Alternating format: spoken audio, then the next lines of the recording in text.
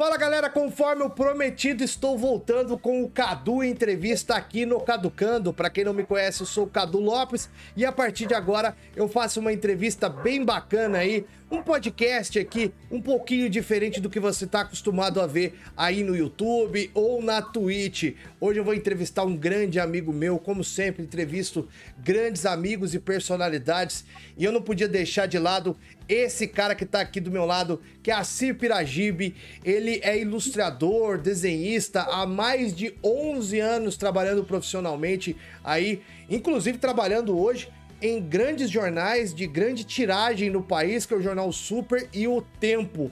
Fala, Assir, obrigado por ceder essa entrevista aqui pra mim. Que isso, cara, você entrevista, conversa, bate-papo, cervejinha virtual todo tempo, só você chamar. Faltou isso, né? Faltou a breja. Eu acho que da próxima vez a gente pega um patrocínio. Aliás, dono de cervejarias, vocês quiserem patrocinar o nosso canal aqui, o gordinho aqui não nega uma boa cervejinha, viu? Pode ser artesanal, não tem problema nenhum, não. Vamos lá, só para vocês se situarem, como é que vai sair aqui essa entrevista. É um canal de cultura pop, ou seja, eu já entrevistei alguns amigos, a gente vai postar ao longo do mês aí algumas entrevistas com jornalistas conceituados, com pessoas que fazem parte da comunicação do nosso país, então se inscreve no canal e segue a gente. E assim como eles, a entrevista com a Assir é contando um pouco da sua história, Assir, que eu tenho certeza que tem grandes histórias aí, né, por conta das suas passagens nesses jornais e pelo seu trabalho como desenhista e ilustrador, mas colocando a cultura pop entre essas vivências. Então, a gente vai maleando, né, para não sair do nosso canal, que o nosso canal é de cultura pop. Aliás, tem bastante coisa aqui no canal para você acompanhar. Dito isso, vamos para a entrevista. Assir, hoje você trabalha em quais jornais e qual que é a sua função nesses jornais aí? Bom, olá pessoal, então tudo bem? O Cadu já me apresentou, então vamos lá para o bate-papo. Fiquem à vontade para poder deixar a sua pergunta aqui no canal do Cadu ou nas minhas redes sociais. Eu trabalho no jornal O Tempo e o Super hoje, né? Minha carteira assinada. Carteira assinada, na minha época, no auge dos meus 37 anos hoje, você não acreditava que você podia assinar carteira como ilustrador, né, de onde eu saí. Então, eu tô com carteira assinada de ilustrador há 11 anos do jornal Tempo Super, que também, né, a Sempre Editora em geral faz trabalhos pro jornal Pampulha, pro jornal... pros jornais mineiros em gerais, tipo o jornal Pampulha, o Tempo de Contagem, Tempo Betim. Eu acabo ilustrando para todos esses veículos da Sempre Editora. E faço reportagens também, né? Porque eu também sou técnico em design gráfico e artista plástico. Então, eu posso realmente fazer o que a gente gosta. Criticar, né? Arte, criticar entretenimento, criticar cinema, criticar essas coisas tecnicamente e mais pautado em questões estéticas, estabelecer aquela peça de maneira... estabelecer aquela peça dentro do âmbito cultural, da contemporaneidade, essas coisas. Então eu tenho diversas matérias também divulgadas no jornal, e foi o jornal que me fez encontrar o Cadu, né? Quando a gente estava cobrindo lá com o Guilherme Ávila, um amigo meu jornalista também. Grande abraço pro Guilhermão, deve estar assistindo a entrevista. Aliás, Guilherme, exato, eu gosto de falar, que nem eu tava falando, desculpa te interromper, assim, mas igual eu entrevistei o Denis, né, do canal Analisador, e eu quero falar o seguinte, igual o Danilo Gentili fala, queremos você aqui, viu, Guilherme Ávila? Tamo junto. Não, demorou. Guilherme agora tá em São Paulo aí, também mudou para São Paulo, ele é aqui de Belo Horizonte, já tá mais fácil você encontrar com ele do que eu, e olha só, trabalhei com o cara há uns 6 anos. E a gente foi cobrir o CCXP, né, Cadu? Aí tem aquela história bacana da gente cobrir o CCXP por uns 2 anos antes do evento, né, acabar por conta da pandemia, virar virtual e tal. Ah, velho, não me pergunta a data. Toda vez que vocês perguntam a data, eu fico em dúvida se é 14 ou 15. Foi a primeira CCXP. Nós fomos na primeira CCXP. E sensacional. É, assim, sensacional, aquele ambiente que eu sinto falta hoje, né? Do ambiente nerd, se respira a cultura pop o tempo inteiro. Então, né, a nossa geração nunca achou. Bom, a não ser que nós fizéssemos um grande planejamento de viagem internacional para ir na Comic Con Experience, a gente nunca achou que teria uma Comic Con aqui. E acabou se tornando a maior Comic Con do mundo. E a gente estava lá, não na primeira, mas eu fui umas 2 vezes e eu acho que você também cobriu umas outras 2 vezes, não é isso? Eu cobri cinco vezes, eu acho. Uau! Eu só não fui em Você é mais 2000. rápido de ser do que eu. Eu só não fui em 2020. Eu só não fui em 2020 por causa da pandemia e 2019 por conta do credenciamento. Porque como eu trabalhava na TV Alterosa, que é o SBT, a gente tinha bastante acesso ao evento. Só que infelizmente eles mudaram de produtora e aí as credenciais ficaram mais escassas. Eles deram preferência para youtuber, né?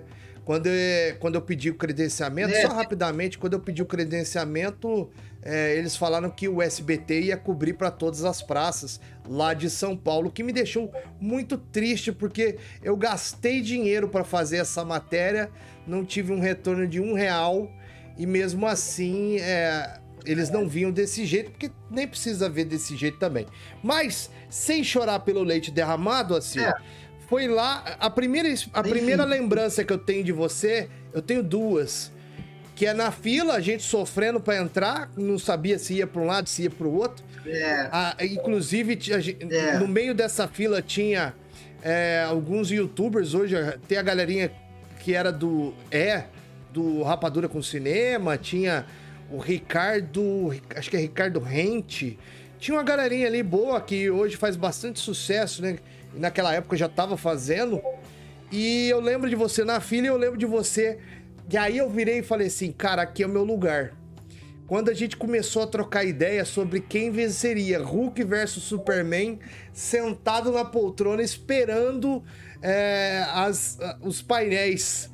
E aí a gente começou a trunfar no debate e eu falei, caraca, mano, que da hora. Aqui é a casa dos nerds mesmo, né? Eu tive essa impressão, não sei se você teve. Não, eu, assim, tive total. É porque a gente sempre flerta, não, assim, vocês do jornalismo, vocês, além da profissão de cobrir a notícia, né? Vocês têm aquele background de fã que permite você ter aquele faro, aquele cheiro, você sente como se fosse na Matrix, você sente o que vai acontecer. Velho, eu sou apaixonado pela profissão de vocês. Eu sei que o país não valoriza muito e tudo mais, mas eu pude ver grandes profissionais, assim, trabalhando, você, o Guilherme, então eu sou muito apaixonado com a profissão de vocês. Clark Kent é um jornalista, entendeu? Peter Parker é um jornalista, não é à toa. Então, tipo, é uma profissão que conta muito com o romancismo, assim. E vocês têm essa condição de o faro jornalístico, porque vocês acompanham tantas coisas, tanto tempo, respiram e trabalham e consomem aquilo, que vocês conseguem ir onde outro jornalista que está lá eventualmente escalado, cobre esporte e depois vai parar lá, não vai saber o que vai fazer, não vai saber o que vai acontecer. Foi nesse cenário que foi eu e o Ávila para lá. Da editoria toda, nós nerds. Então, tipo, essa questão de conseguir aí uma boa fotografia, conseguir sentar com as pessoas certas, era mais da nossa pegada mesmo. Então, assim, foi maravilhoso, foi uma experiência maravilhosa. Eu tenho esse flerte com o mercado desde os 14 anos. Eu fiz Casa de Quadrinhos, que é uma empresa, uma escola de quadrinhos para artes visuais aqui de Belo Horizonte. Então, isso que eu queria saber. Porque, assim, eu tava conversando com um amigo meu que é jornalista, eu perguntei para ele, como é que foi o teu começo? Porque a gente da área da comunicação, quando jovem, já demonstra uma certa aptidão à comunicação, que fala demais, um pouco mais extrovertido. Tem, lógico, os introvertidos, que são excelentes profissionais também. Os extrovertidos são mais aqueles dados com a câmera, que dão mais certo com a câmera, né? É o cara que acaba dando certo, né? O cara curioso, pesquisador nato, né? Um cara que desde cedo ele não fica sossegado com alguma coisa, ele quer saber mais sobre aquela coisa ali, né? É uma apuração desde a infância. No caso do desenhista, você desde criança rabiscava? Como é que foi? Sim, a questão eu sempre soube o que eu queria nesse ponto. Exceto a primeira infância, em que eu queria ser piloto de avião. Depois da primeira infância, eu ficava. Depois da primeira infância, eu ficava entre. Depois da primeira infância, lá para os 12, 13, 14 anos, já sabia que eu ia ou ser desenhista ou ser lutador. Das duas, uma. Não parava de treinar. Eu não parava. Esse papo de MMA hoje que tá na moda, eu tinha treinado quase tudo, até os meus 17, 18 anos, eu tinha virado terceiro dan em toda a arte que eu treinei de arte marcial. Capaz, ou seja, terceiro dan. Você é terceiro dan em quê?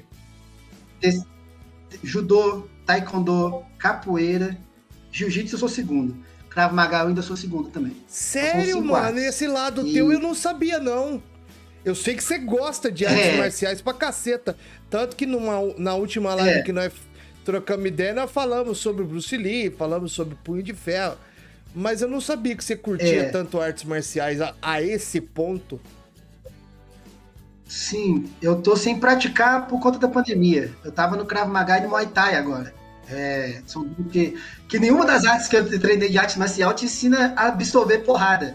Na verdade, todas ensinam que é inteligente não tomar porrada, exceto o Muay Thai. Muay Thai você tem que tomar porrada. Então, para poder aprender a absorver golpes, eu entrei no Muay Thai. E aí eu parei por causa da pandemia. Mas eu achava que ia ser lutador ou desenhista. E por que não foi para a área da luta? Porque eu fiz uma aposta com a minha mãe, em torno dos 13, 14 anos, de que se ela... Eu tive que fazer a prova do curso do Cefet, o curso técnico em edificações, durante 2 anos, para poder mostrar para ela que o que eu queria mesmo era o curso técnico da Casa de Quadrinhos de Desenho. E eu falei para ela, a partir do momento que você me pagar esse curso, você não vai precisar me pagar mais nada. E foi dito e feito, entendeu? Tipo, depois que ela me pagou esse curso, eu entrei para uma agência de publicidade, que eu esqueci o nome qual foi a primeira, acho que é Criativa, e comecei a trabalhar, passei no curso técnico do SESI Senai, fui trabalhar na Mix Comunicação, editora Fé também. Cara, com o quê? 16, 17 anos? Cefet é nessa idade, 16, não é? 17 anos. Isso, 16, 17 anos, com desenho. Basicamente desenho para essas gráficas. Tava fazendo Secotec, e depois foi artes plásticas e por aí foi. E agora parei 11 anos já na editora, sempre editora com o jornal O Tempo e o Super, já com testes para o mercado americano, já ilustrei 4 revistas para o mercado americano, Aliens Ravens,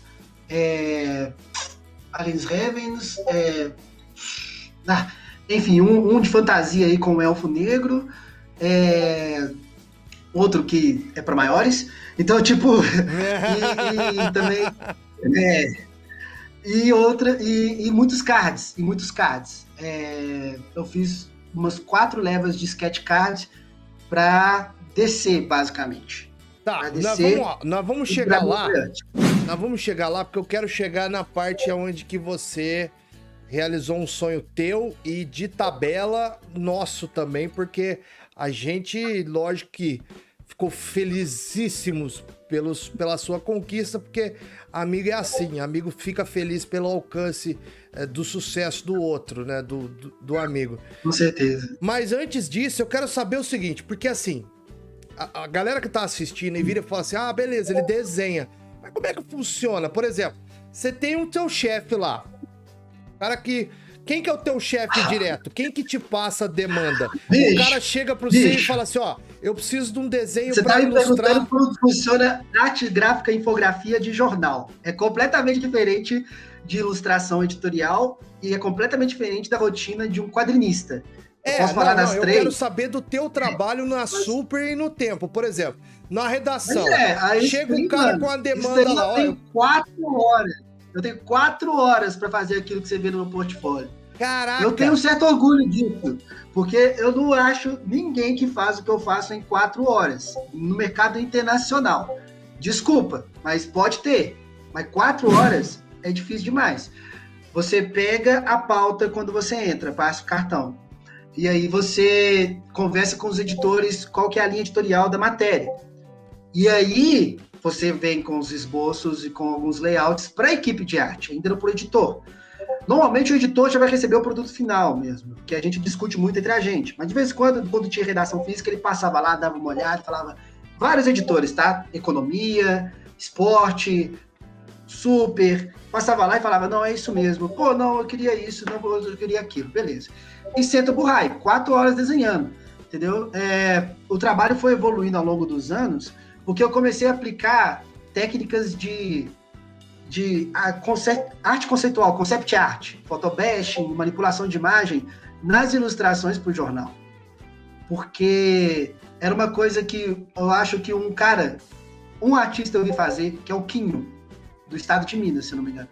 Ele tem um ultra realismo nas imagens dele, e nas caricaturas, do estilo Rolling Stones.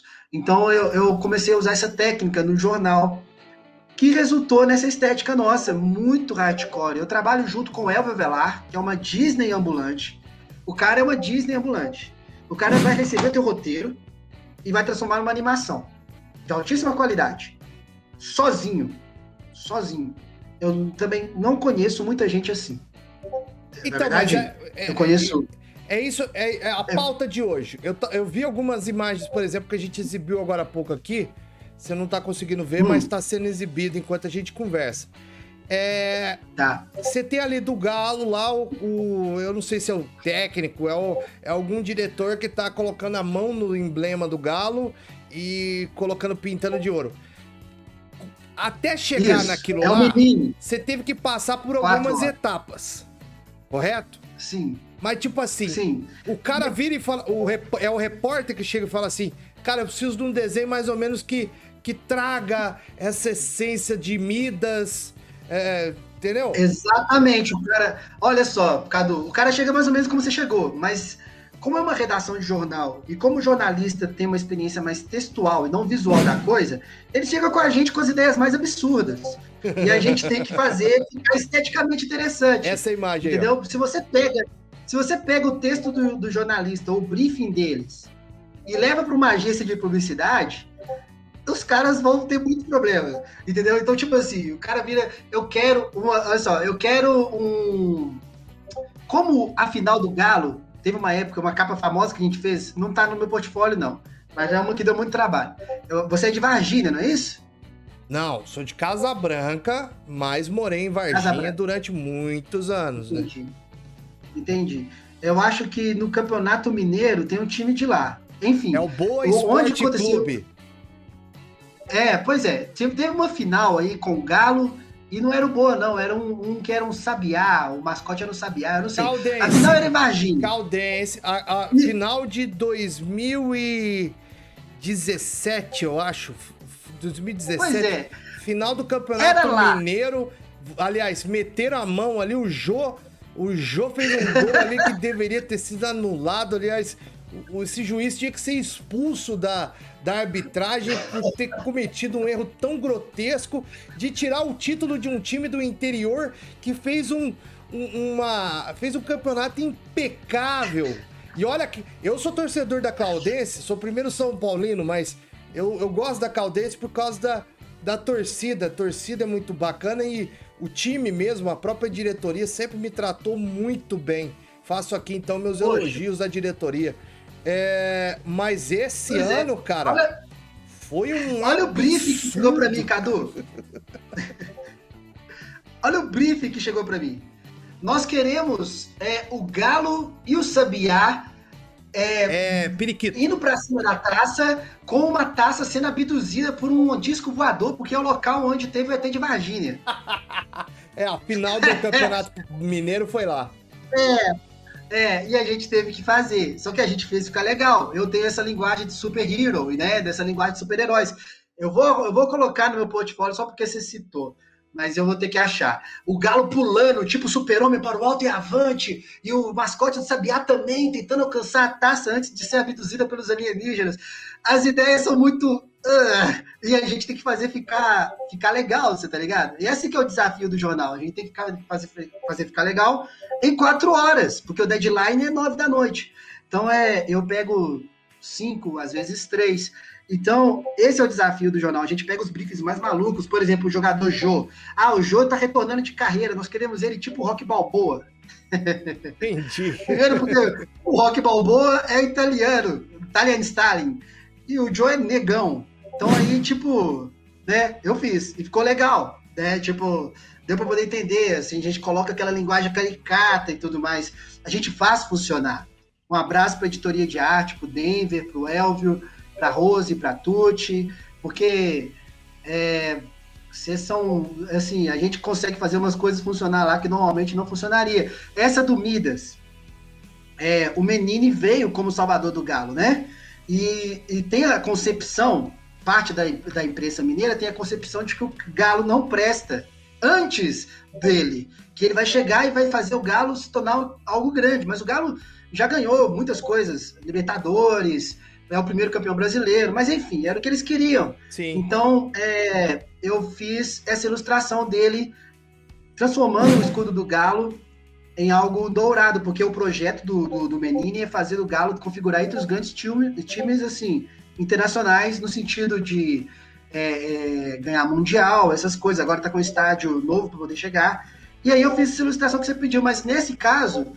Eles queriam só o dedinho do cara com a carinha do lado assim, tocando no símbolo do Galo. E saiu a ilustração que você viu. Ficou legal. E teve muito, né? Eu tive que ceder ela para uma galera do Menini aí, para poder publicar numa revista Fatos em Fotos. Ela fez bastante sucesso na internet, né? Porque tem toda uma caracterização do Menini. Você percebe que eu não fiz uma caricatura muito zoneada, né? Porque caricatura tem níveis. Tem caricatura do bem e tem caricatura da zoeira. Caricatura do bem, você faz só um mascote do cara, exagera algumas características, mas não distorce depreciativamente. E caricatura da zoeira, você detona geral. Então, tem todas essas leituras que a gente faz rápido, em menos de 4 horas. E, como diz a Raquel Sodré e o Nando Carvalho, que são amigos meus também, que fizeram parte da minha formação, o jornal te deixa safo. Entendeu? O jornal te deixa esperto para as coisas. Então eu consigo cumprir prazos absurdos internacionalmente e que me deixa muito tranquilo para trabalhar com isso. Da entendeu? hora, porque mano. Eu, Elvio Avelar, a gente teve que criar toda uma metodologia para dar conta dos prazos do jornal. E essa metodologia não é tão simples e não existe escola que ensina. São coisas criadas na necessidade da editoria. Então a gente manipula o Photoshop e o Illustrator de uma maneira bem específica que a gente criou aquilo. Muitas técnicas que a gente criou para isso. E tenho muito orgulho disso, tenho muito orgulho dessa vivência do jornal, tenho muito orgulho dessa equipe. É uma equipe que em 10 anos de jornal mudou pouquíssimo o seu, que eu chamo de núcleo duro. Só que a gente é bobo, a gente é um pouco bobo. A gente faz o nosso trabalho e vai para casa. Nosso trabalho já configurou em diversos sites internacionais de design gráfico e ilustração, mas a gente mesmo não cede para nada. Nós deveríamos ceder para concurso de prêmio gráfico, porque com certeza a gente ganharia, mas o dia a dia não deixa a gente pensar nisso, sabe? Não, é a mesma coisa com a gente quando a gente fazia as matérias lá, tem concurso pra caralho de imprensa, pra tudo que é lado, prêmio ESSO, tem isso, tem aquilo. Só que a gente, tá tão corrido, né?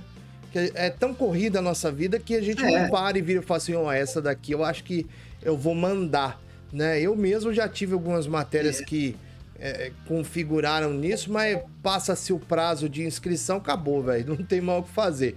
Ô, assim, eu quero voltar um pouquinho no seu passado, porque assim, para você chegar onde você chegou, você, como você mesmo disse, né, que você tem essa coisa do super-hero, né, do super-herói, você, em algum ponto da sua vida, você teve que começar a consumir isso, né?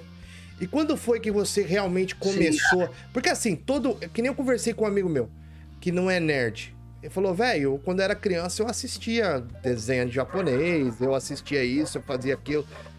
Chegou num ponto da vida que ele foi para um lado e as coisas ficaram lá. Você continuou consumindo. Quando foi o ponto que você lembra e fala assim, cara, vou continuar com isso daqui porque isso daqui me faz bem, de cultura pop. Quando é que foi? Você lembra quantos anos você tinha? Bom, primeiro meu pai, ele trabalhava no Hospital das Clínicas aqui de Belo Horizonte, e ele tinha um amigo que assinava a Turma da Mônica. Começo básico de todo mundo, eu acho. Ele trazia para mim as revistas da Turma da Mônica que o filho dele dispensava. E foi aí que eu comecei a ler. Muito novo, 9 anos, alguma coisa, quadrinhos, 8, 9 anos, talvez até mais cedo ainda. E aí depois eu fui crescendo, ele começou a trazer os quadrinhos da DC. Ele começou a trazer Batman, ele começou a trazer Wolverine. Aí eu, uau, entendeu? Meu pai ia lá, pegava um pacotinho com ele e tal. E isso eu morava no Jardim Europa, mudei para um bairro que é o Nova Gameleira aqui de Belo Horizonte e voltei para o Jardim Europa. Quando eu voltei para o Jardim Europa, eu encontrei no fliperama, jogando The King of Fighters, Eric Gomes, um rapaz chamado Rodrigo dos Santos. E ele veio com o Edson Júnior, eu já tinha meu amigo Fernando Carvalho, e a gente fez a turminha dos quadrinhos, porque esse Rodrigo, sim, esse cara tinha as coleções. Ele tinha os quadrinhos. Então todo mundo ia para a casa dele e curtia quadrinhos. E ele já tinha a manha, foi meu primeiro professor, ele já tinha a manha de fazer aquela construção de 8 cabeças, estava passando para todo mundo, doutrinando todo mundo. Eu, Juninho, acho que o Henrique, um amigo meu também, e o Floriano, que está no grupo dos Nerds de Ribeira também, que chegou um pouco mais tarde. O Floriano trouxe outro elemento para esse grupo da Bate-Esquina, que a gente batizou de Bate-Esquina, trouxe o RPG. Então aí a gente jogava fliperama, a gente curtia quadrinhos, tudo junto, e a gente curtia RPG, curtia a Manchete, mangá, Cavaleiro do Zodíaco, Yu Hakusho, essas coisas. Mas antes disso tinha o Clã BH, com o Erickson Marchieri, que também está no Nerdinho e está fazendo muita coisa legal com você. Muitos anos atrás tinha um grupo no Centro Cultural aqui de Belo Horizonte, que é o Clã BH, que tem várias pessoas hoje trabalhando no mercado, tem um cara que está no Japão, que eu esqueci o nome, tem o Ig Yagami, que na época era Yagami, porque eu jogava com o Yagami pra caramba, agora foi um dos primeiros contratos oficial para DC, trabalhando até hoje com quadrinhos internacional, e tem eu. São os 3 que eu conheço que realmente estão trabalhando no mercado gráfico nacional e internacional. E o Rodrigo está trabalhando independente, né, artista gráfico e tal. E aí a gente foi indo. Minha mãe perguntou para mim, não perguntou para mim o que eu queria fazer, na verdade ela viu que eu perdia muito tempo desenhando, e aí eu tentei passar na edificações. Vai trabalhar com edificações, eu tenho um padrasto que é engenheiro, vai trabalhar com edificações. Vai mexer com AutoCAD. Primeira visão que eu tenho de homem curvado na prancheta trabalhando por horas é o meu padrasto, Tio Olavo, que é engenheiro civil. Então, não, vou fazer edificações. Fui lá, tentei uma vez, tentei segunda vez cheguei perto de passar. Mas não estava com tesão naquilo. Então, eu chegava para minha mãe e falei, desafiei minha mãe, me paga só esse que você não vai precisar pagar mais nada. Foi quando ela pagou a Casa de Quadrinhos, nós fomos um dos primeiros alunos, eu e o Rodrigo, um dos primeiros alunos da Casa de Quadrinhos. Depois, ela não precisou pagar mais nada mesmo em relação a curso, porque eu comecei a fazer o meu curso, lógico, ela dá uma ajudinha de mãe aqui, uma ajudinha de mãe ali, mas eu paguei meu curso técnico em design gráfico, minhas artes plásticas, tudo trabalhando em agência, trabalhando no parque gráfico. Eu tive que decidir, porque teve episódios que eu poderia fazer desistir. Minha mãe, numa desses surtos dela, ela queria que eu fosse técnico de raio-x. Tudo a ver com o que você estava fazendo na época. Teve um momento nosso, gente, tudo isso assim, eu vim de uma geração, né, da chilena, da Havaiana de pau, então nem compensa falar aqui. Mas teve um tempo em que minha mãe pegou todos os meus desenhos e jogou no lixo, literalmente. Eu cheguei em casa, tinha pacotes de lixo de desenho dessa altura, preto. Todos os meus desenhos da Casa de Quadrinhos. Eu cheguei lá porque ela estava com raiva de mim. Eu acho que eu não tinha arrumado meu quarto e não sei o quê. E aí eu, freak out, peguei aquele saco de lixo, amassei cada um daqueles desenhos, coloquei cada um no lugar. Fiz um rombo na porta do banheiro lá de casa, que tá lá no Jardim Europa até hoje, um buraco de porrada, assim, tipo, de raiva. E esse episódio marcou pra mim, porque era dali pra frente, cara. comprei uma briga com a minha família. Minha mãe não tem culpa. Naquela época, ela achava que na Afonso Pena, na grande avenida aqui de Belo Horizonte, pedindo esmola para desenho, que é algo que tem muitos desenhistas fazendo isso, tipo, desenhando pessoas na feira hippie. Essa é a perspectiva de desenho. Não era tipo $250 por página. Mas não era, tipo, mas assim, é a questão da ignorância, né, velho? Porque assim, os nossos pais, eles não têm as mesmas concepções nossas, e assim como os pais deles também não tiveram, é que a nossa geração, ela é vamos dizer assim, um passo à frente da mudança da adaptação à tecnologia, à era da comunicação / desinformação, né? Eu lembro, sem querer te atrapalhar a sua conversa... Nós vimos a internet nascer, cara. Exatamente. Sem Nós querer vimos a internet nascer, né, velho? Não fala isso. Eu lembro do meu avô, mano, que o dia que eu fui contratado pela TV Alterosa, eu vim pra Casa Branca todo feliz, falando, fui contratado pela TV Alterosa, é afiliada do SBT, meu avô. Trabalharei agora com o Silvio Santos, brincando, né, com ele. Ele virou... Meu avô sempre foi muito sério, velho. Pensa num velho sistemático. E aí ele virou pra mim e falou assim, tá bom. Faz um concurso público. Tipo assim, não, cara, ele não parabenizou, tá ligado? É tough love. Era isso. É tough love. Véi, nenhum millennial, nenhum dessas novas gerações pensa em assinar carteira. É burrice. Agora, na minha geração, para você ser bem sucedido, principalmente pelos olhos da família, você tinha que assinar carteira. Você tem que estar pagando a sua aposentadoria. Então, tipo assim, quem diria que você viveria no tempo de hoje, no governo de hoje, em que o FGTS tá rendendo até mais que o Tesouro Direto? Então, de certa forma, eles tinham alguma razão. Então, tipo, né? Agora, assim, nessa geração, era isso que contava. E a minha mãe não via como. Então, quando eu coloquei a primeira televisão de tela plana na sala com meu dinheiro, plá! Aí minha mãe entendeu que dá para viver de desenho. E eu nem estava no jornal. Eu não estava no jornal. Eu acredito que eu fiz meu primeiro trabalho internacional. Foi The God Surf para a Austrália. Eu fiz uma série de tirinhas do Deus do Surf na Austrália. Ganhei uma grana, coloquei a primeira tela plana na minha casa. Que legal, naquela época era coisa de rico. Aí minha mãe virou assim, porra, então deixa o menino. E aí, cara, minha mãe é uma das maiores apoiadoras hoje. Meu tio Olavo, meu padrasto, que viveu de desenho técnico, de engenharia, é um dos maiores apoiadores que eu tive hoje. Entendeu? Minha mãe pega o jornal, eu tô no jornal hoje, até hoje, sinceramente, pela minha mãe. Por quê? Porque aquela senhora, ela tem uma... aposentada, mas ela tinha uma alegria de receber o jornal no posto de saúde com desenho meu na capa, sair falando que era meu filho, é meu filho, é meu filho, que isso, assim, pra mim, paga mais do que qualquer salário ou coisa assim, entendeu? Qualquer dificuldade ou qualquer problema que a gente possa ter, isso é bacana.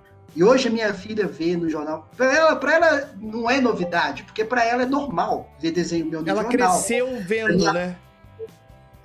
Pra minha mãe era boom, até pro meu sogro, que deixa o jornal exposto no bar dele. Então tem um status pra minha família, que é um status de aceitação, que eu gosto de ter, que eu gosto de manter, que me faz ter um carinho maior pela minha carreira no jornal. Mas tem outras coisas. A vantagem dessa de trabalhar no jornal é que eu posso correr atrás de outras coisas. E tem outras coisas acontecendo.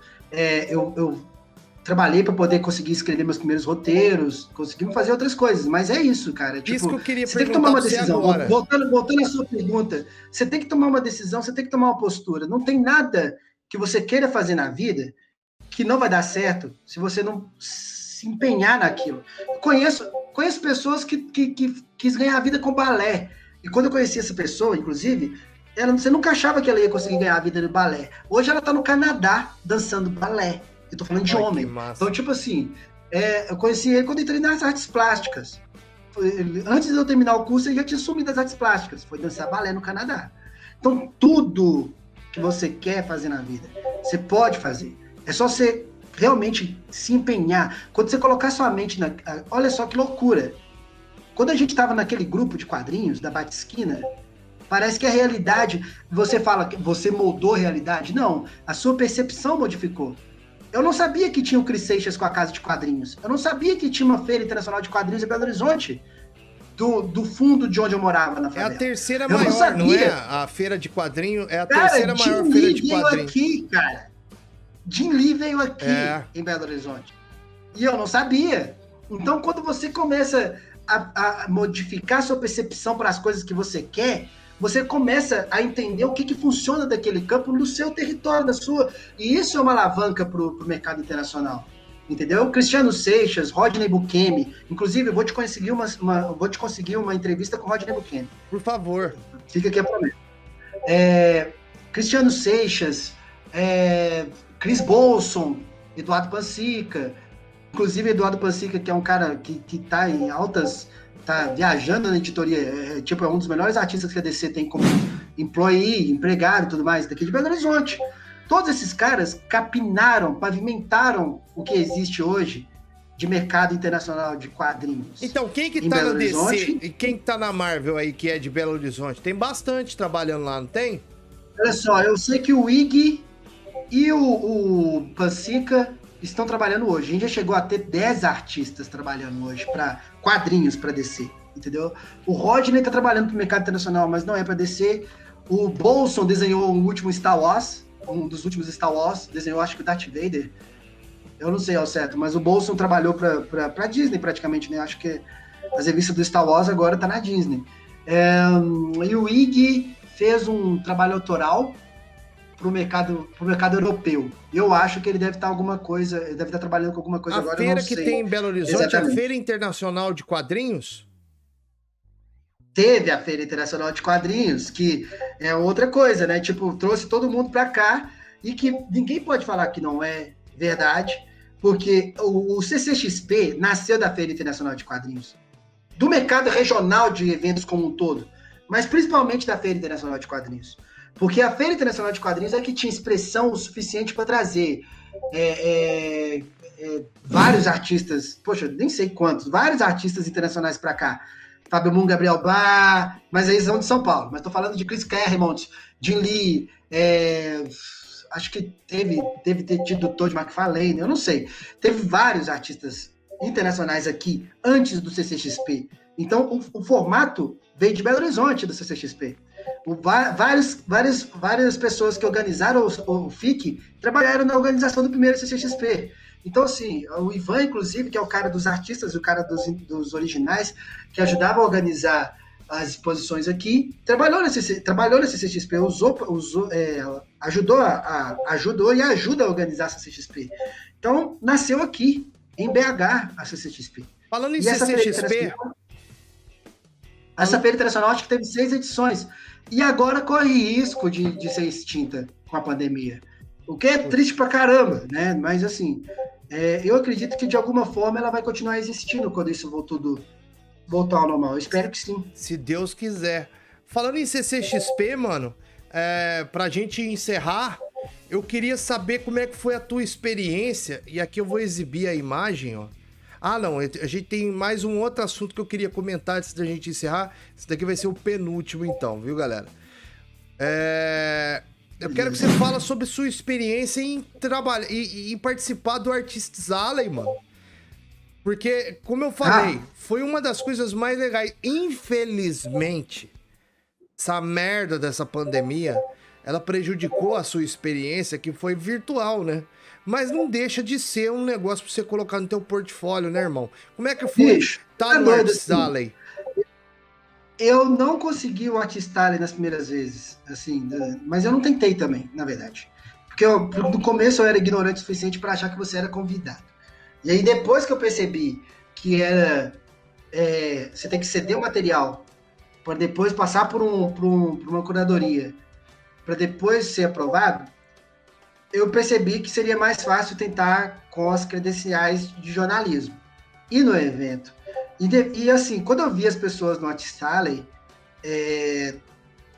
o Rodney, por exemplo, é um cara que tá lá todo Artists Alley. E assim, é um status foda você tá com Artists Alley, no maior evento de cultura pop do mundo. É muito impressionante. É uma realização, é um status, é uma graduação de faixa, seria na academia de arte marcial. Entendeu? É bom, entendeu? E ter passado pela curadoria do Artistalley na CCXP, mesmo sendo virtual, porque virtualmente eu estava mais preparado. Eu estou preparado, porque meu trabalho hoje, eu consigo fazer ele 100% digital. E eu consigo fazer 100% não digital. E tanto não mudou muito para mim o painel, né, a vitrine do CCXP em termos de trabalho, porque já sabem, meus clientes já sabem como eu achar meu trabalho. Eu tenho um agenciamento do meu agente do estúdio, nossa, Line Art Studio. Eu tenho um agenciamento deles e meu trabalho internacional, a maior parte chega por eles, outra parte chega pela minha Piragibe Arte. Então não mudou muito, mas agora eu posso ter o selinho, eu tô até agora com o negócio do selinho do CCXP, porque eu fiz um bom trabalho, teve uma boa venda, entendeu? Tipo, eu acredito que eu fiz um bom trabalho, entendeu? E eu acho que o evento deveria continuar com parte virtual, mesmo com presencial, porque você sabe, a gente não consegue absorver o evento todo quando tá presencial. Nem o cara do Artistalley, ele consegue sair do Artistalley para poder curtir o evento. Então, eu até falei nas sugestões. Você pode manter os dois. Eu posso estar na fila de uma pré-estreia, enquanto eu estou no celular, curtindo o resto do evento, na fila. Então, eu tomara que eles mantenham isso de alguma forma. Para mim, foi como uma colação de grau. Finalmente, eu consegui entrar no maior evento da América Latina, entendeu? Tipo, o maior evento do mundo de cultura pop.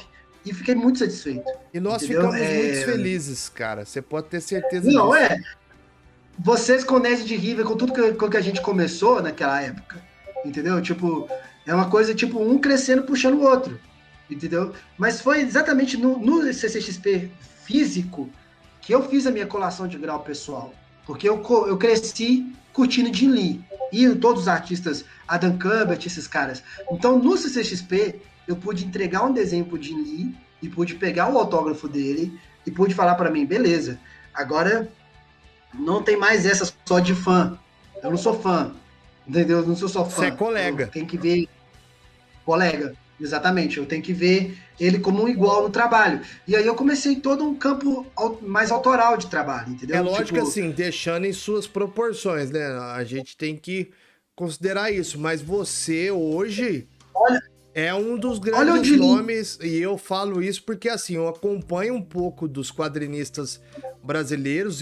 Uma das minhas grandes paixões sempre foi quadrinhos. Hoje que eu peco um pouco na leitura, mas eu, assim, na CCXP, uma das coisas que eu mais gostava de fazer é ficar babando em cima de sketch.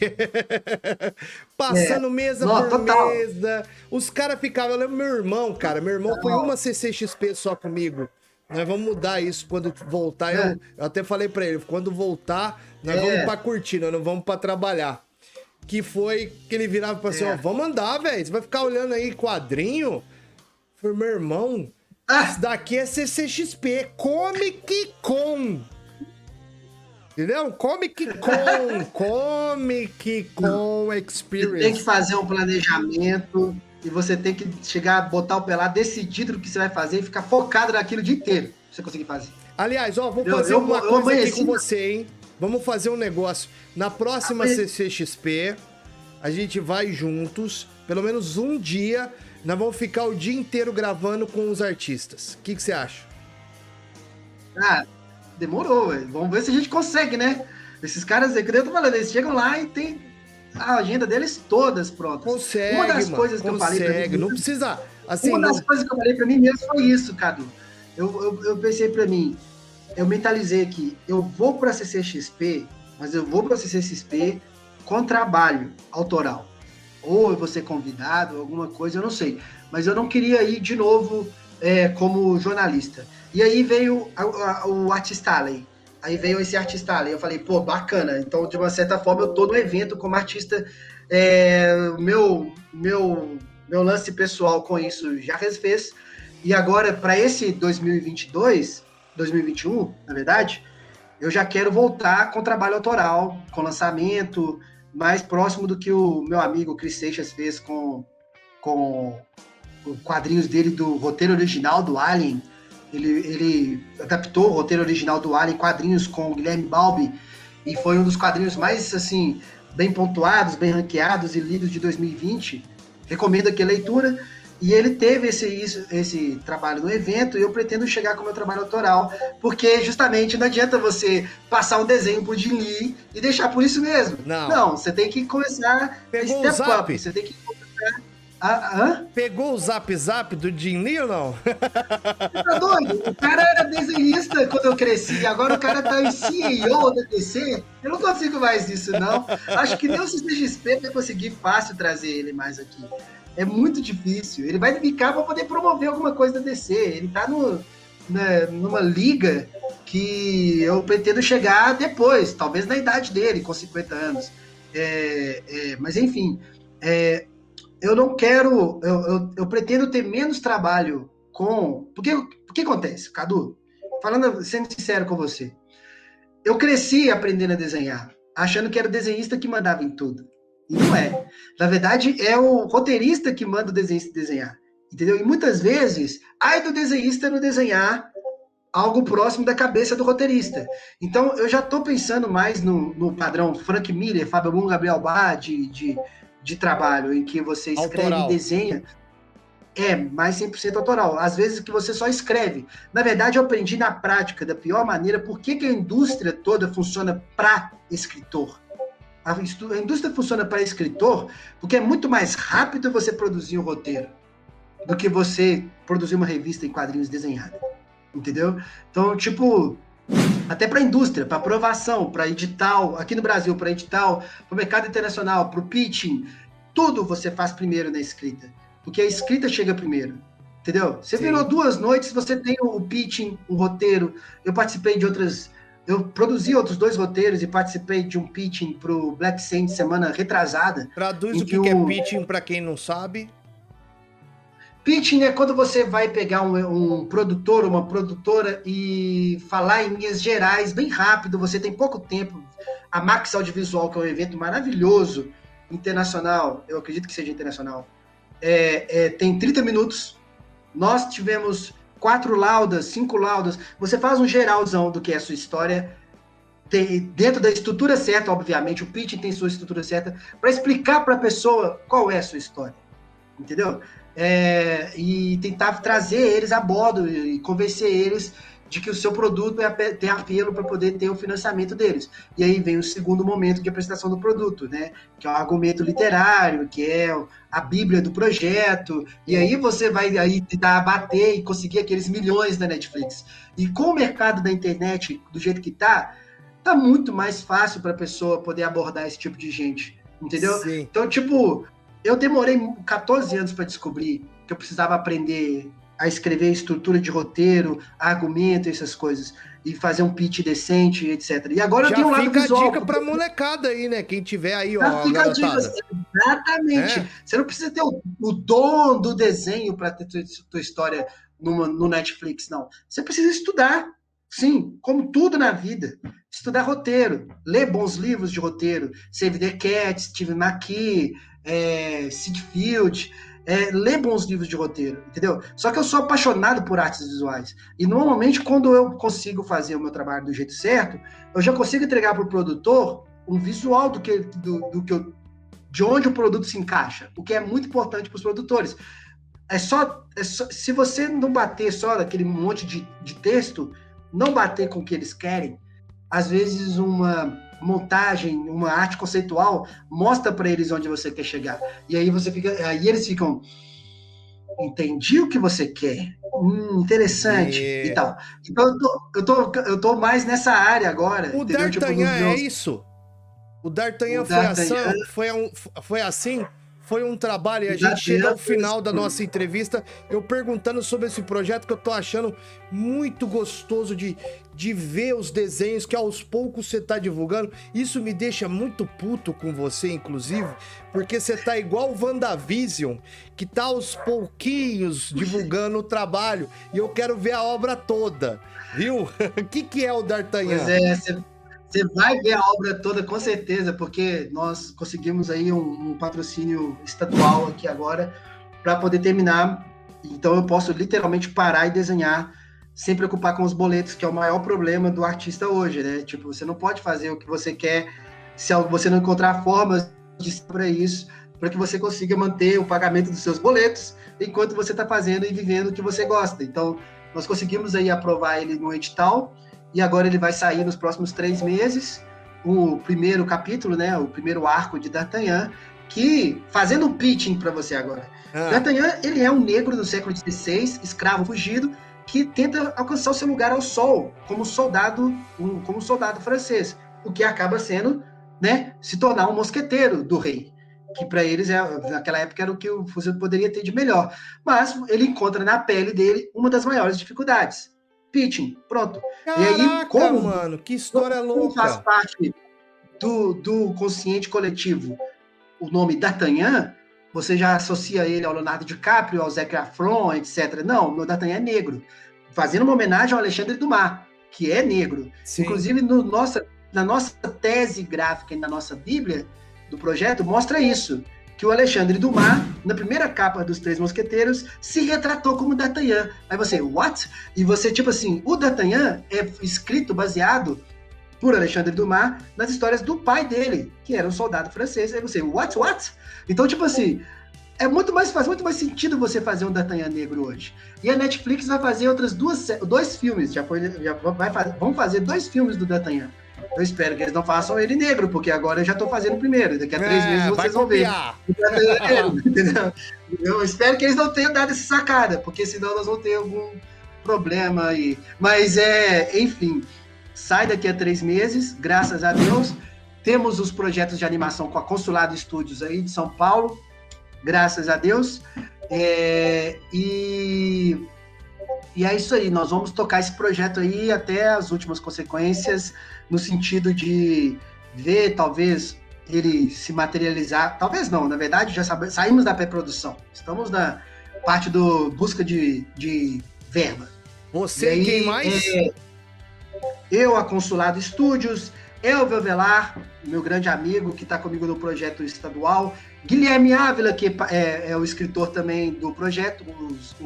O projeto é meu e do Franz, meu irmão, que é formado em letras, que tá com essa pesquisa toda que eu trouxe aqui relacionada ao Alexandre Dumas, que foi modulado. O primeiro roteiro foi escrito por mim, o segundo tratamento foi escrito pelo Guilherme Ávila, e nós dois estamos no roteiro, e o tratamento pro roteiro de série de TV também foi feito por mim, pelo Guilherme Ávila e pelo Thomas, da Consulado Estúdios, que a gente está trazendo aí agora. Já passou da pré-produção, a gente já está em produção. E é isso, em breve, se Deus quiser, dando tudo certo, vocês vão ver aí, talvez numa dessas plataformas, numa HBO Max, numa Amazon, numa Netflix da vida, uma animação desse nosso personagem, D'Artagnan negro. Talvez eu até converse com esse pessoal da Netflix que quer fazer um filme, porque nós temos um roteirinho pronto aqui, vocês não querem pular pra cá, não? Fizeram, como é que chama aquela série lá que você falou que gosta lá? Esqueci o nome. Essa série agora que saiu aí de época da Netflix, sucesso. Bridgerton, né? Bridgerton é uma adaptação, né? É, uma adaptação. Bridgerton é muito problemático no lance racial, porque ele mostra uma utopia inexistente para aquele século XVII. Eu tô abordando o mesmo século, eu tô abordando o mesmo período histórico, e na minha abordagem você não vai ver o negro visto da forma que você vê em Bridgerton, porque é utópico demais, mano. É utópico demais, entendeu? Por isso que choca tanto. Choca pra caramba, e foi muito bem assistido, né? Enfim, eu vou mostrar, eu acredito que a gente pode fazer o Bridgerton da maneira certa. O negro realmente conseguindo, dentro de um cenário que é hostil para ele, não vou mentir, é hostil para ele, foi hostil, tem sido hostil para ele até os tempos de hoje, conseguir sua ascensão social, porque para a cultura negra é uma história muito comum da nossa vida, né? Tipo, a gente tem que ralar from the bottom, né? Tem um rap assim, eu esqueci, agora não vou lembrar, mas é Come from the bottom, now I'm here, entendeu? Tipo, você vem lá brigando com a sociedade, né? Tipo, se fazendo valer, ralando mais 3 vezes mais que os outros para poder ter o mesmo status, para poder ter o trabalho feito. A história do projeto da Tanhan é essa mesmo, é exatamente a mesma coisa. Nós estamos há 5 anos tentando produzir ele, e agora parece que a gente vai conseguir realmente botar ele na praça, junto com outros projetos. Na verdade, 2 anos da minha vida, desde a virada do ano, desde que o Bolsonaro ganhou as eleições, eu decidi que o meu foco seria 100% de ativismo racial, porque não dá para poder arredar pé para esse povo agora. Então, o quadrinho internacional que eu fiz, Tales of Ara, é o quadrinho que eu trabalhei, colaborei com algumas páginas. Ele tem um protagonismo negro envolvido no meio. Da Tanhan tem um protagonismo negro. Nós estamos fazendo um projeto já que é um segredinho em inglês aí. Também em francês, hein, mano? Hã? Já mete ele traduzido pro inglês e pro francês. Sim, vai pro francês. Na verdade, o nosso público-alvo são os europeus. Tem que traduzir. Nosso público-alvo são eles. Tem um trabalho aí, uma curta-metragem que a gente está trabalhando, que é o Exu, baseado só no deus do Yorubá, Exu. Em breve vai ter mais coisas dela também, que esse ano também a gente vai bater edital, atrás de edital e fonte de financiamento total em cima deles. E é isso. Minha vida agora está focada nas produções de produtos intelectuais, criações e narrativas dentro do ativismo racial, justamente para poder não arredar pé, porque a gente passou por uma onda muito difícil aí agora, né, com toda essa alt-right, essa extrema-direita internacionalmente tomando conta do mundo, Donald Trump, na Europa teve outro babaca lá também, ainda tem alguns, na Argentina já foi derrubado, aqui a gente está no processo ainda, nos Estados Unidos não tem, o Biden melhora um pouco as coisas, mas não melhora tanto, então a gente não pode arredar pé, entendeu? Desculpa trazer a pauta política na entrevista, tranquilo, mas irmão. Só não se envolve com política quem está satisfeito com a coisa. Não tem como, entendeu? Tipo, a gente aprendeu isso da pior forma possível. Não tem como você não trazer política para sua vida se você está insatisfeito como as coisas estão. E não dá para ficar satisfeito como as coisas estão, entendeu? Tipo, como está sendo encarada a pandemia, quando você pega as estatísticas de quem está morrendo mais. Não dá, velho. Então, tipo, é isso. A minha vida agora, desde a virada do ano retrasado, tem sido focar no ativismo racial, e eu vou focar em projetos do tipo, e vamos que vamos, entendeu? Tipo, estaremos junto tá comigo nessa. Vocês. Você tá comigo nessa também, vou te empurrar para isso, não importa se você não quer, eu vou te empurrar para isso. Uma Belo Horizonte. O Alessandro da Balsamic já tá comigo nessa também, entendeu? Então, meus amigos vão estar comigo nessa, e nós vamos crescer juntos, e não vou deixar ninguém para trás, e ninguém vai me deixar para trás também, porque não tem outra forma de crescer. Outra forma de crescer. Tem uma coisa que eu aprendi, assim, eu acho que você é crítico ao Exército, eu não sei qual que é a sua visão, eu sei da sua visão política com relação às Forças Armadas, mas eu sim, tenho orgulho de ter feito parte do Exército Brasileiro só num ano que foi o tiro de guerra, entendeu? E eu digo isso não pela... Uau! Eu fiz um ano de tiro de guerra, como muitas pessoas no país, que é o serviço obrigatório. Não digo isso só pela instituição, digo pelos companheiros, porque no Exército, se você quiser, você aprende boas coisas, e muitas boas coisas. E uma das coisas que eu levo...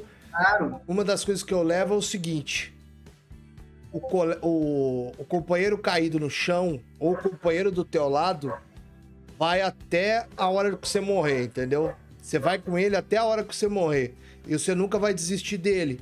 E isso daí é uma coisa muito interessante do Exército, que é uma coisa que os japoneses trazem com a sua cultura de... os nakamas, né, que eles trazem nessa questão dos animes e as animações japonesas, né, E eu aprendi muito com essa coisa aí, de que você nunca tá inteiramente sozinho, né? Você pode ter alguns momentos de solidão, mas você tá sempre abraçado pelas pessoas que te amam. E isso aí é um ensinamento que eu levo. Então vamos todo mundo junto, né? Então, Isso. Não, é tipo, o lance todo lugar do mundo, inclusive a instituição do Exército, eu tenho dois militares na família, um falecido que é meu tio e o filho mais velho dele. E Krav Maga, que é uma arte que eu treinei por bastante tempo, é basicamente cultura militar. Sim. E a disciplina que você tem Mossad, disso... né? A disciplina que você tem de Israel. Mas a disciplina que você tem disso é essencial para a vida. Inclusive, se você quer crescer, entendeu? Como um todo na vida. Porque poucas coisas te ensinam a ter disciplina, como uma formação no exército ou como uma formação em termos de arte marcial. E não adianta você ser talentoso, esperto, inteligente ou ter todos os diplomas, porque um trem-bala, ele não se movimenta se não tiver trilho. E o trilho é a disciplina. O trilho é a disciplina. Entendeu? Aquela coisa estática, fria, que vai estar lá para pavimentar o caminho para você poder alcançar onde você quer chegar. Quanto mais disciplinado você é, mais rápido o seu trem-bala vai rodar. Então, tipo assim, essas coisas você aprende para a vida. Nós acabamos de entrar no modo coach de Assir e Cadu Lopes. Aliás, quem quiser contratar os nossos serviços, pode mandar mensagem aqui no inbox, que alegremente falaremos sobre a energia quântica. Eu adoro quântica, nem começa. Eu sou muito quântica é maravilhoso. Eu não vou entrar nisso, não. Assim, a gente tá encerrando aqui. Como em toda entrevista, eu tô copiando o Actors Studios dos Estados Unidos, que, aliás, recomendo assistirem as entrevistas de Robin Williams, Jerry Lee Lewis. Infelizmente, eu acho que não tá legendado em português, mas é Behind the Actors Studios. E no final, o apresentador, assim como Ana Maria Braga também fazia aqui, faz algum bate-bola pra gente finalmente encerrar, né, conhecendo um pouco mais das pessoas que aqui passam por esse canal. Então eu vou fazer uma pergunta, você responde rápido, né? Pode pensar, mas não pensa muito rápido, não. Vai de bate-pronto. Tá beleza? Pra nós encerrar? Vamos lá. Você não esperava isso, né? Não. É porque a cópia é um elogio do invejoso e eu copio mesmo porque o cara é fera, e eu copio não por ser invejoso, mas sim um cara que é respeitoso e fã do trabalho. Eu esqueci o nome desse cara, mas vamos lá. Assir, pra você, o melhor filme que você já assistiu em toda a sua vida? Bate bola, não enrola. Qual? Batman vs Superman. Beleza. A melhor série? Uau, Breaking Bad. O melhor quadrinho?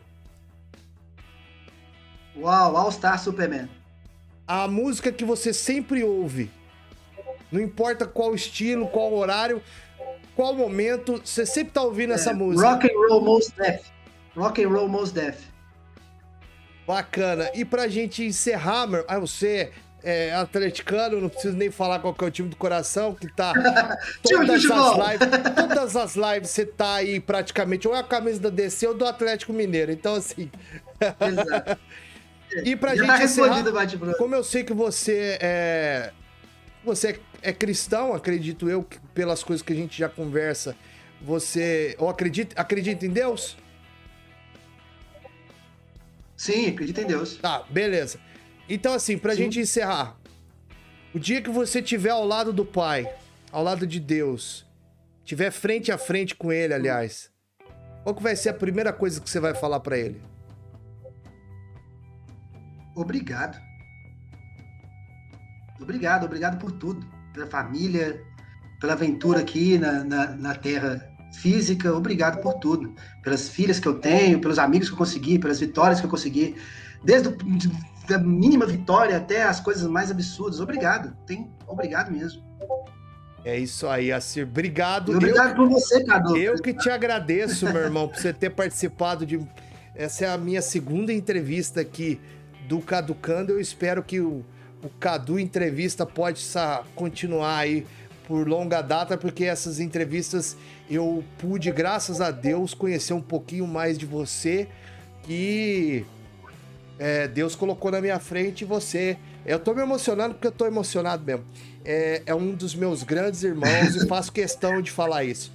Valeu mesmo, Assir. Deus abençoe e você continue nessa tua caminhada aí.